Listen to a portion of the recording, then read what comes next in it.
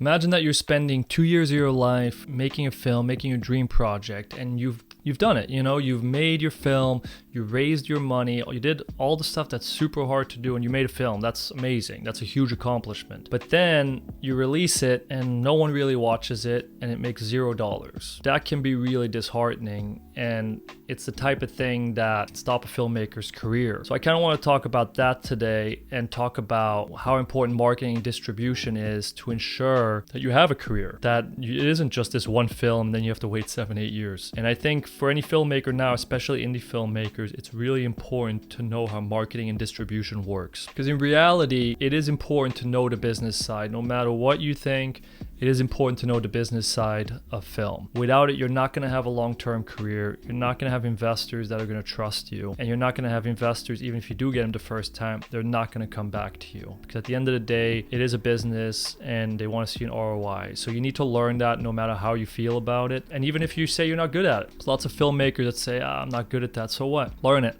You know what I mean? Learn it. You have to. And it doesn't matter if you're good at it or not. It's an essential skill nowadays. And I think moving forward for an indie filmmaker, it's going to be one of the key things that you're going to have to be able to do to have a sustainable career. And that's what I started doing 2 years ago. Kind of the same reason anyone else starts it is like I didn't like the results of what some sales agents were doing or distributors or what I saw other filmmakers do. So I decided that I need to learn this myself and I need to do it myself. So that's what I've been working on with other films now, and will be with my upcoming film that's releasing. But I learned how to go directly to distributors. That was one. Go directly to distributors, deal with them directly so that I'm not spending 15-20% on a sales agent, so I'm having more revenue come in already through that because I'm only going to deal with distributors. I think down the line there's also a world where I could see self-distribution in the US. I've done a lot of research on this and I plan on doing it myself at some point, is doing self-distribution in the US, not in foreign territories, but in the US I think it can work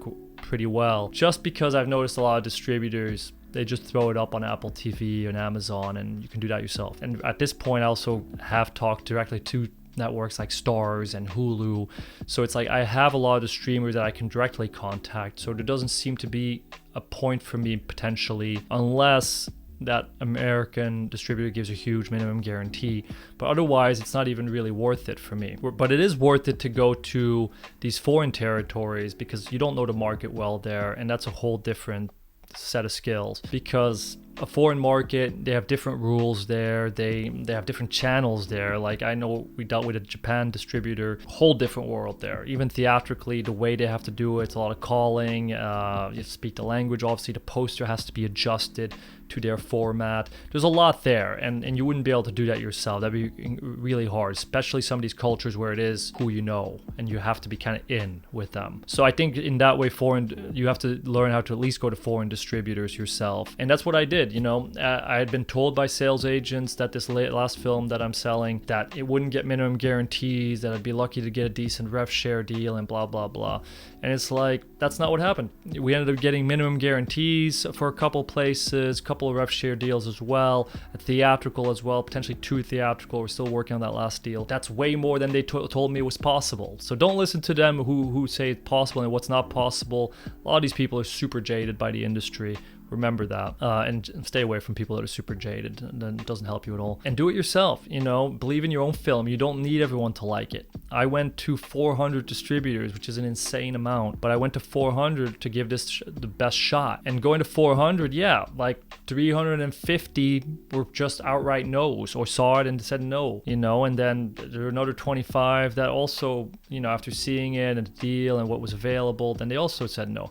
So realistically, there were like 20-25 offers, and out of those, some of those were not good. So there were only a handful that were worth it out of 400. So that shows you that how much effort you have to put in, and that's what I plan on doing moving forward, way more, because it's not shrouded in mystery. It's not that difficult. It's hard in the sense of how much effort it takes, but it's not like someone else has some skill that you can't learn or that you don't have. So it's important to know that you can do this yourself. And it is beneficial to do that because the best sales agents, they might take it to 30, 40 people. Some don't even do that, but they're not taking it to 400, I think maybe if you get a really good sales agent, like a really high up one that has really good connections, maybe they can do something that would like Netflix. I don't know, but maybe.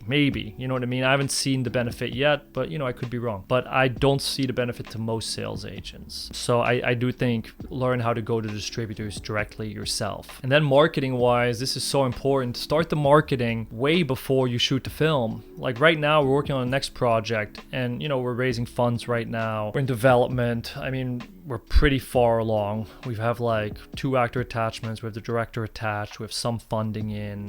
We have a cool brand supporting it. So we have a lot of stuff going for it already, so we're pretty far along, but we've started the marketing already. And what I mean by that is we've started the mailing list. I've put people on the mailing list. We've met with a lot of people in this community that are excited to see it when it comes out. They're all on the mailing list, and you can bet when the movie released, that mailing list is going to be huge. And we're going to hit all of them up to share it with all their friends as well. So that's just grassroots marketing, and you do need that for indie filmmaking. You need to start with that because it's in your control. And if you start before you're filming, you have like a year and a half that you're just working on the marketing and adding to your mailing list, which is key, very important. And your Instagram. Work on the social media stuff too. You don't have to be on all of them. Like I'm mainly, I'd say, on LinkedIn, YouTube, and Instagram right now. But choose the ones that work for you, or the ones that you like being on. It can only be 1, 2. That's fine. Let's say you do Instagram. And if you do Instagram, please don't do what a lot of these filmmakers do, where they create this Instagram for their movie and it's like the movie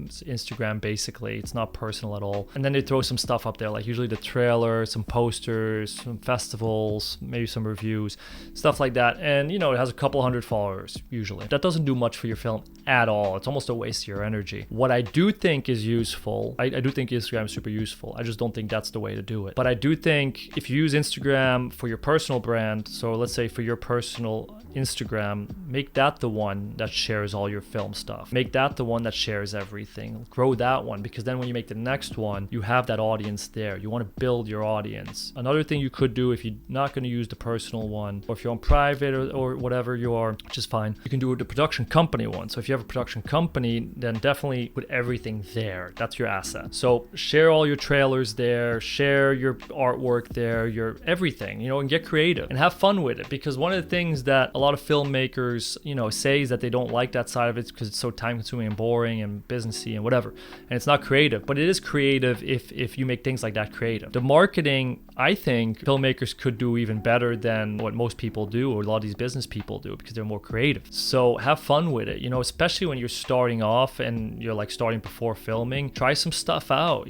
try some video stuff out, see some graphics, short stuff. And the thing about Instagram, for example, is it needs to be quantity. You need to be able to throw up a lot. So don't make it these super edited, complex videos. You can do those sometimes, but don't rely on that. Even just something 6-7 seconds with a caption of what you love about films, or what you're working on and what you're excited about. That's all great ways to grow your audience. It gets in the algorithm. And I think that's what you really want to play around with and kind of have fun with creatively, is grow that. Don't feel like you have to do it one way. No one knows exactly what they're doing and what's going to work. What works for one campaign.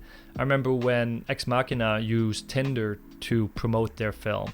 That's great, but I'm sure if everyone started using Tinder now, that would not work as well because it was new. So start thinking out of the box, and as filmmakers, you're great, you're creative, so you can think out of the box, and this can be a really cool way to market. So I think there can be some really cool indie campaigns if the filmmakers start focusing on marketing. So I think it's really important to learn that and to play around with that and to start before you're even shooting. Now, if you've already finished your film and you're basically going to release, or maybe you started your festival run, but maybe you're releasing in 3 months, then it's really important to start hitting all the social medias hard. Batch your content so you're not like doing stuff every day. Maybe you take a Sunday and you just create 40 pieces of short content, you know what I mean? Up to 10 seconds. And you start scheduling that out so you have a month, 2 months, 3 months, and then you do that every Sunday. You're going to have a ton of content that you can share every day. And even if some of it's repetitive, that's fine. It's okay to repeat yourself, because one of the things I noticed, a lot of filmmakers, you go on their Instagram and they're releasing their feature film, which is awesome and should be celebrated, and they have like 2-3 posts up, and that's it. That's nothing. That's so little for something that's spent 2 years on. You need to like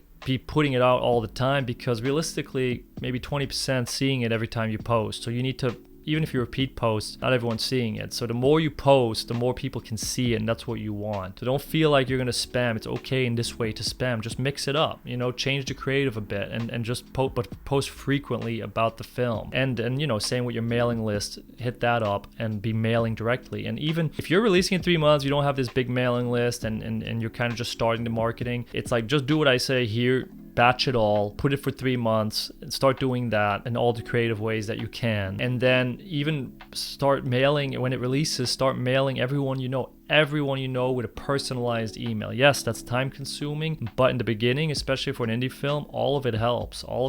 So this is just basic marketing. We can go way more in depth into this, and I'll make another video going way more in depth into this, but this is super important. So spend a lot of time on this, plan it out, you know. And if you're really not a business person, which I don't think that exists, I think everyone can learn this, but if you're really so against it, then find someone that's, you know, is equally invested as you, if that's a producer or someone, and get them involved and work together. You know, you should still help with it, still help with the creative. Don't be an absentee filmmaker. I can't tell you how many filmmakers there are that just don't spend any time on their marketing. They just see themselves as filmmakers and not, I guess, marketers. I don't know, but you should be marketing your film. No one's gonna care as much about your film as you are.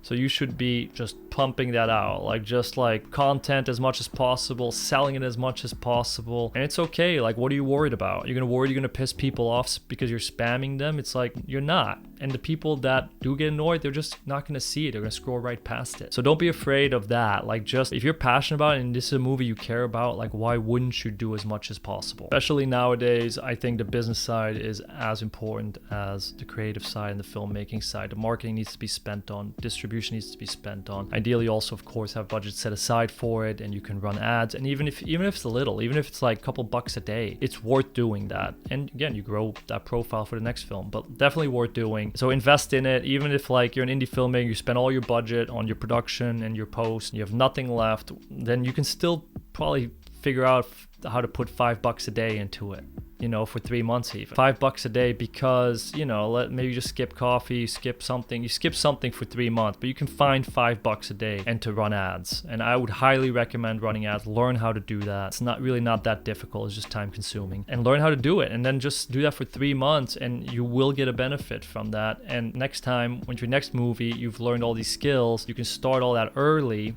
way before you're shooting your next film, and that'll help you again. And even on the you know, next film thing, even on the business side, it helps you with investors, because there's very few filmmakers that are super involved in marketing or have a plan. So if you're someone that has a plan and is super involved, that's going to be a huge win for investors from their side. So they're more likely to invest in you because you're doing all that. You're not just doing what a lot of filmmakers do and just only focused on the creative and the story, and then just no actual plan about how to market it and distribute it. So I hope this helps. Let me know in the comments kind of what you've been working on, and kind of what you've done marketing wise for any films that you've released, or what you're doing and what has worked, what has not worked. I'm really curious, and I'll see you guys next week. Thanks.